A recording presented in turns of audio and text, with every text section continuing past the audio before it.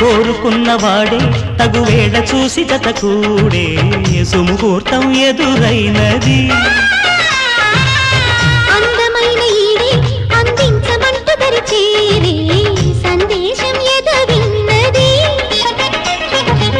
లేనిపోనిలోని శంక మానుకోవే బాలిక